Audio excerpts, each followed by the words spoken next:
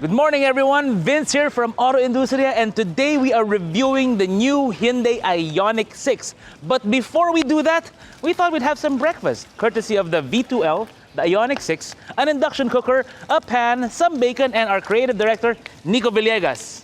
Extra crispy, please.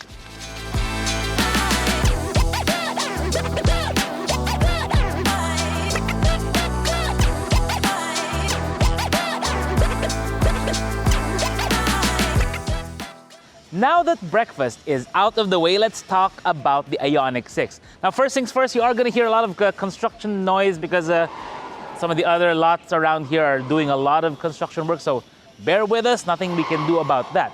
But the Ioniq name, it's something Hyundai has been using, I think, for at least maybe 6 years, 5 years now, for a model of theirs that used hybrid technology as well as, I think, full electric as well.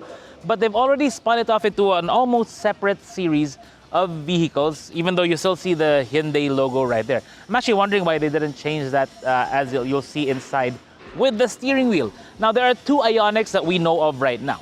The first one was the Ioniq 5, which we drove a couple of months ago, and I really like that car. I like what they did with the vehicle, particularly with the style. This one, of course, is the Ioniq 6. This is the, I guess, sedan version, the four-door version of the same platform. So yes, it does share a lot of things with the Ioniq 5 we drove before. The battery, of course, is underneath.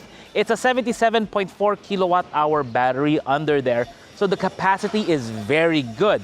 And when it comes to the actual motor, well, there's no motor here. The motor is in the back. The version we're getting in the Philippines is the rear-wheel drive or two-wheel drive variant only. It's mounted directly over there in the back with a single-speed reduction gear, taking care of business right there. Other markets do get a two-motor all-wheel drive version, but we don't get that here in the Philippines yet. So let us know in the comments below if you think they should bring in the all-wheel drive version here in the Philippines. Now onto the style. Now, while Hyundai may be a Korean automaker, and this one is really made in South Korea, there are a lot of things about the vehicle that seem very German to me, particularly with the styling. Now, you look at the front end. It does remind me of something like, I don't know, a Porsche minus the round headlights, because the way they did the fenders and all that, the way they do the hood, it kind of seems almost 911 in many ways, or actually more apt, seems a bit Taycan to me.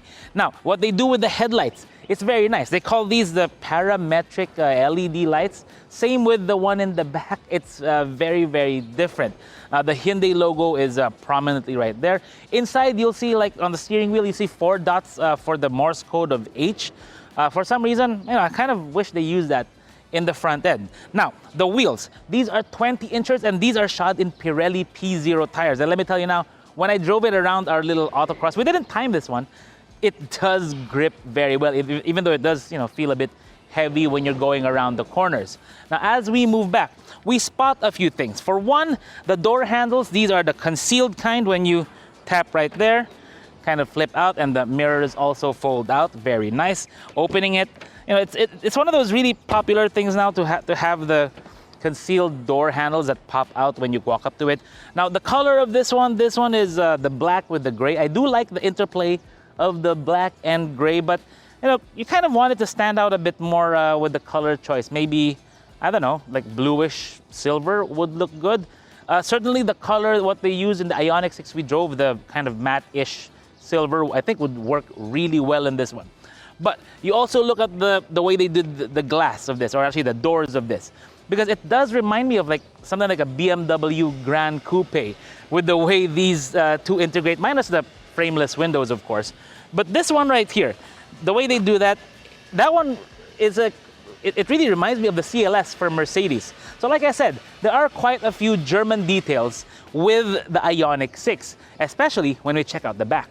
If you were a really spoiled kid when you were growing up, well, don't worry, this is more spoiled than you. It's got two of them. One up here is not really kicked up, but it's got another one right there. Double spoilers right there for you. But the back, again, there's a real German, almost Porsche, almost old school Volkswagen vibe with the way they shape, especially the way this slopes down right there. The lower bumper looks cool with the way they do the gray accents. It looks really nice. Hyundai logo there. But what's really neat here are the lights, and I've got someone here to show you what these are like. So let's try the brake lights now. That looks cool. Third brake light here. These are your parametric lights there. It looks fantastic. And also when you put it into reverse, these light up, which is very nice. Lots of neat details going on with this vehicle. Now, if you want to open the tailgate, two ways to do it. One is by, actually three ways. One is by pressing the button there. The other one is by the button inside, which makes it nice and easy. The third way to open this is via the key, which brings me to a criticism I have of this thing. Because I do believe that a vehicle's key is a very important touch point of any vehicle. Just like the steering wheel shifter, well, this one doesn't really have one. It just has a little knob there on the steering column, stalk, whatever. But the key of the Ioniq 6, it doesn't inspire, confidence too much. It looks like, I don't know, something out of, I mean, it is the H logo there. But it does remind me of something, I don't know, from the old TV show Lost in Space, or I don't know, Tamagotchi, whatever, right? I'm showing my age. But still, doesn't, really feel too confidence inspiring. Now on to the cargo area. The space here is about 43 inches long. It's about 41 inches wide at the narrowest point. At the widest point, it's about 47, so you might not be able to get a golf set in there sideways, maybe at an angle. The height is about 18, but it is expandable. When you pull this, and then that rear seat, you can fold it down. It expands to 69 inches from here to over there. Now, when it comes to all the other stuff, there's a lot of stuff stored underneath the actual floorboard here. And when we pop it open, we can see that there is no spare tire because it's pretty much all battery. Also, the motor is underneath here. But what you do get your tire repair kit or tire mobility kit, this little package, but there's also a mobile charger that comes with this vehicle. The mobile charger that comes with this is a regular, 2 kilowatt kind of charger. And then you have this one, which is the V2L unit. What that means is vehicle to load, meaning you can use this as an adapter to be able to power, any AC device. Like earlier when we were cooking with the vehicle, we were using this. The mobile charger and the V2L, well, you plug it in right here. Now, if you plug in the mobile charger, this is a Type 2 socket. And then you can also plug in the DC fast charger right there, depending on what kind of charger you have access to. The other day, I was able to plug this into a 7 kilowatt charger. Got me about 10% in 40 minutes, so pretty good. But some of the other faster chargers out there will just zip on by giving you 50% in, I don't know, maybe 30 minutes there or thereabouts, depending again on the speed of the charger. We'll show you some of the figures right now on the charging times of this vehicle. What else is there to discuss? Cargo space. There is a trunk in front, a frunk, but beyond that, not really much here on the outside. Let's go check out what's inside.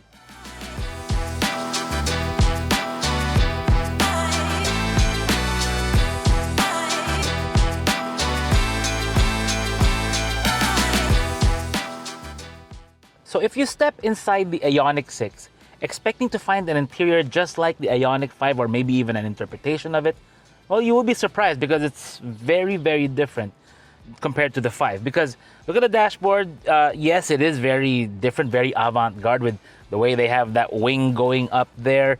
But the screen is also very familiar. I mean, but it's instead of white, meaning white bordered, this one is black bordered. So you kind of can't really, see it that well, the actual borders of the two 12.3-inch screens. One for the driver as your main display, the other one which is going to be your infotainment, all the other features of the vehicle. This is what it looks like in the home mode. But a lot of the things here are very different. For one, the colors are totally different. Also, the center armrest, it isn't like the one in the 5 where you can slide it back and forth. This is a fixed unit. It is a 2-tier design. You do have a wireless charger, USB port, 2 cup holders. Your power window switches are right here. There are none on the doors of the vehicle. Armrest here with the compartment underneath. And then you have this big tray underneath because, again, an EV doesn't really require a transmission tunnel. The motor is directly either in the front axle, on the rear axle, or on both. In this case, it's just the rear axle. So It's kind of strange that they changed it out, but I think they're trying to create a car that's more driver-oriented, meaning more of a driver's car. So it's a bit more cozy in here. It feels a bit sportier compared to the Ioniq 5, and that's actually a good thing, this kind of differentiation. We can see it right here. Now, steering wheel. This is a two-spoke design with a flat bottom, which I really like. It really does look and feel good. You do have buttons on the left for your, to control the screen, and for your smart driving features, the radar cruise control, the lane assist, all that stuff. The info display, you can control it right here. So when you press this, it shows you all the displays that you have in the vehicle. So your trip, average consumption, or average energy consumption, you can see it right there. Depends on what you want to see. Now, the part on the screen here, you can see that speed, you have your range right here. It also has your power meter. It won't show up now because the door is open, but you have the different modes as well you can control here. For example, right now, let's go to normal mode. So you can see the dots here. This is actually the Hyundai logo, the H logo. It's actually the H, but in Morse code. But when you press the drive modes, it changes over in color. So if it goes red, that means you're in sport mode, but it just, goes back to the white. And then if you press it again, it goes green. You're in eco mode, and then you're in normal. And then what you'll notice also when I show you this, for example, when I show you to the screen here, this is the only touchscreen, by the way. This one is not a touchscreen. When you change your different modes, the range actually changes. So right now in normal mode, change it over to sport, goes to 320, it drops because it's a bit more aggressive. And then you press it again to eco mode, it goes up to 339. And if you turn off the AC, this is where it gets funky. If you turn off the AC right there, you get 372 kilometers of range, estimated, of course. So if I turn it off, it'll give you the full range, but of course you'll have to endure the heat in the Philippines. Thankfully, it's January and it's pretty cool outside right now. To go EV means you're trying to make an effort to go as eco-friendly or as carbon neutral as possible, because that's the whole idea. Like, no emissions here. Of course, there are going to be carbon emissions equivalents when you produce an actual vehicle, but they try to reduce it in some ways. For example, the materials they use inside, a lot of these are actually recycled. The carpets, these are, I think, recycled from fishing nets. I mean, doesn't smell fishy in here, so that's a good thing. So is the leather they use, even the plastic. Like the plastic on the doors, if you run your finger through it, it's like ribbed. It's like corrugated cardboard, but of course it is a recycled plastic, which is good. Now, standard on this model for features, what do you get? You get Bose speakers in this variant. The sound is okay. It's not super fantastic like some of the other Harman Kardon systems we've tried, but the Bose does well. A lot of the features are here, of course, power windows and all that. They centralize it here, wireless charger here. But of course, a lot of the things you have are controlled right here. So when we go to the home setting, you can actually activate the different features here, control the different features here, depending on what you want to play around with. So the EV mode shows you the range like I showed you before, and that one is actually really nice. The quiet mode, well, it provides sound only to the front seats, meaning if you're seated in the back, if you have a child seated in the back, they will be able to rest. And speaking of the back seat, let's seg to it right now. It's one of the most spacious back seats I've tried in an EV, because the legroom there is fantastic. The floor is a bit high up. We'll show you the B-rolls now as I'm talking about it. But it almost feels like an executive car back there, which is a good thing. The only thing you really have to worry about is the headroom over there, because the roof does slope down a bit. So keep that in mind. Also, another indicator that they're trying to make this into more of an executive car, if someone's seated there, is the controls for the seats over here. So you can max out the legroom for the person in the back just by sliding this forward and all of that stuff, which is, pretty cool, right? Now let's put it back into the right setting and go around the screen a little bit more. So back to the home screen. You do have your controls for climate here. It is redundant with this one, so you have the controls here as well as here. The ventilation you can control here depending on what you want to do. We're not going to use heater in the Philippines. It's just more useful that way. Manual voice memo, the media here. Phone projection. This one does have Apple CarPlay and Android Auto, but I think the Android Auto, which is my phone, It's only a wired kind, even though there is a wireless charger. That's kind of useless to me because if I want to use my Android Auto, I have to use the connector. Now, when you do go that route, you will see that, well, the response is good. The graphics are really nice. And I like the way they segment all of this. It just looks really good to me when you mess around with Waze and all that stuff. Now, up here, what do we get? Sun visors, of course, RFID cards over here, nice little clip. Lights there, lights up here, which has a touch little button, or not really panel there. And then a power sunroof, which it doesn't go all the way. I mean, the one in the Ioniq 6, I think it was a panoramic roof, which is, much nicer. This one, for some reason, it's only for the front, but still, it's a nice touch to have. Maybe someday they'll do a convertible EV of this. That would be pretty cool. Anyways, I think that's about it for the interior. Overall, I would rate the interior of this one. That's actually really nice. I still prefer the interior of the Ioniq 5 though, but nevertheless, let's go out and drive it so we can talk about how this feels on the road, because there are some things I did notice about the Ioniq 6.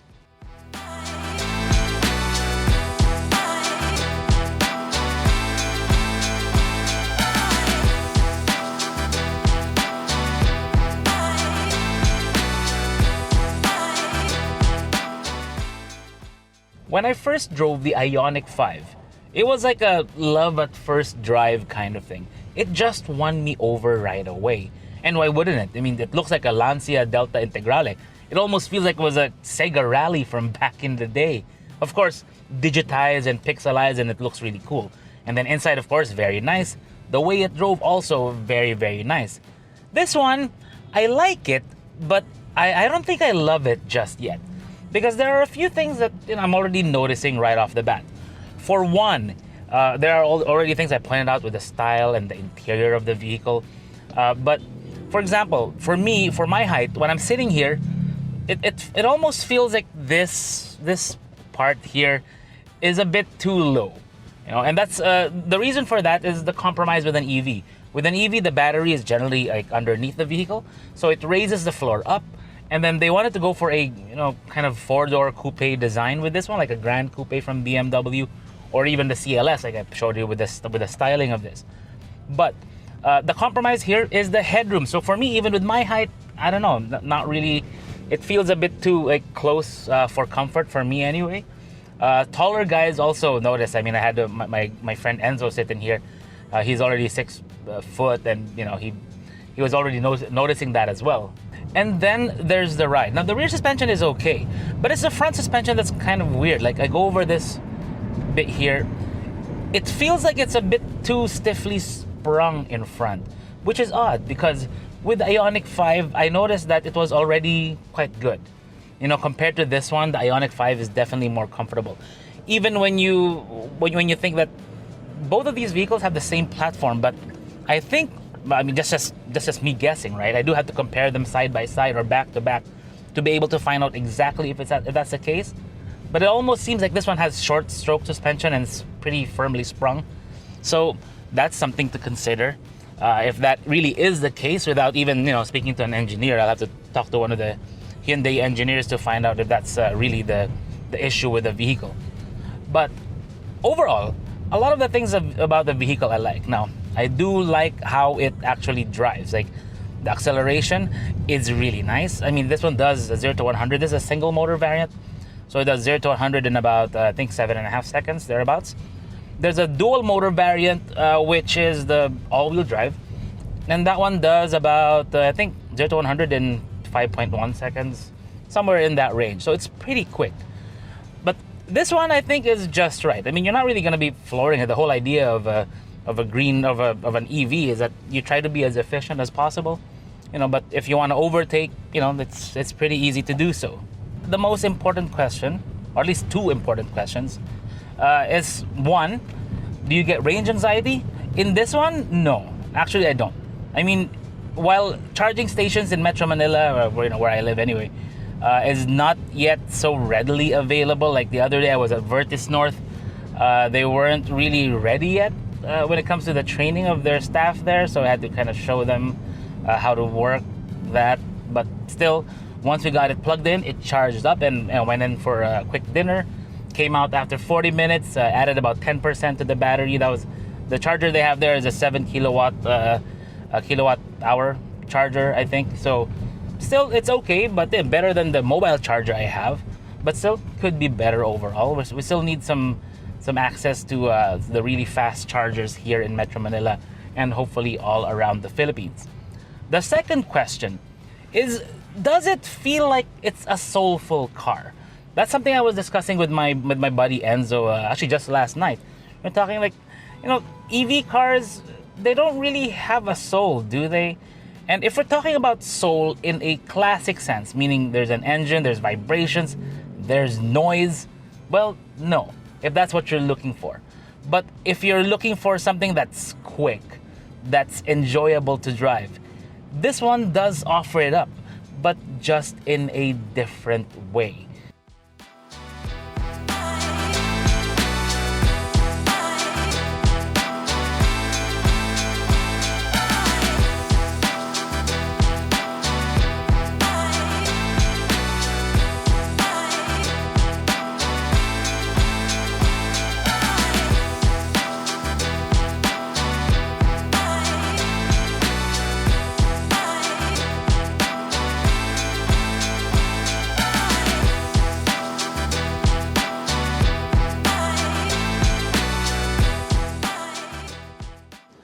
The Hyundai Ioniq 6 is indeed impressive in so many ways. Now, the styling, not going to be for everyone, but it does look good by my eye.